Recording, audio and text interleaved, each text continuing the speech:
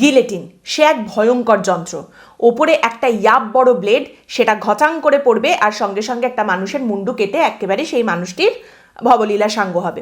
সাধারণত শাস্তি স্বরূপ এই গিলোটিনের ব্যবহার করা হতো। আপনারা জানেন গিলোটিন প্রথম ব্যবহার করা হয়েছিল ফ্রান্সে।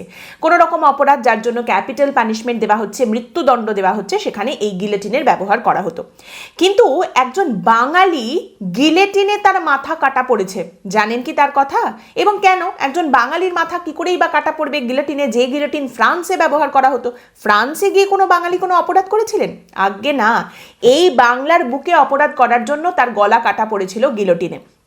আসলে আপনারা জানেন যে আমাদের পশ্চিমবঙ্গের মধ্যে চন্দননগর, সেই চন্দননগর ছিল ফরাসি উপনিবেশ এবং সেখানে কিন্তু ফরাসিদের সমস্ত নিয়ম নীতি আইন কানুন এই সব কিছুই চলতো।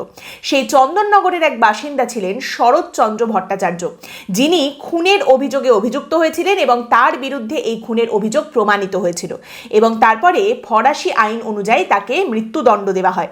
আর গিলোটিনেই তখন মাথা কাটা পড়তো, ফরাসি আইন অনুযায়ী ক্যাপিটাল পানিশমেন্ট হলে গিলোটিনেই মাথা কাটা পড়তে হবে। অতএব এই শরৎচন্দ্র ভট্টাচার্যকে এখান থেকে পাঠিয়ে দেওয়া হয়েছিল রিইউনিয়ন আইল্যান্ডে এবং সেখানে গিলোটিনে তার মাথা কাটা যায় এবং তাকে এই মৃত্যুদণ্ড দেওয়া হয়।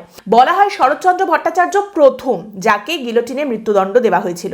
তবে রেকর্ডেড হিস্ট্রিতে এই একটাই মাত্র নাম খুঁজে পাওয়া যায়, 1894 সালে শরৎচন্দ্র ভট্টাচার্যকে গিলোটিনে মৃত্যুদণ্ড দেওয়া হয়েছিল। একমাত্র বাঙালি যার নাম পাওয়া যায় যে গিলোটিনে তার মাথা কাটা পড়েছিল।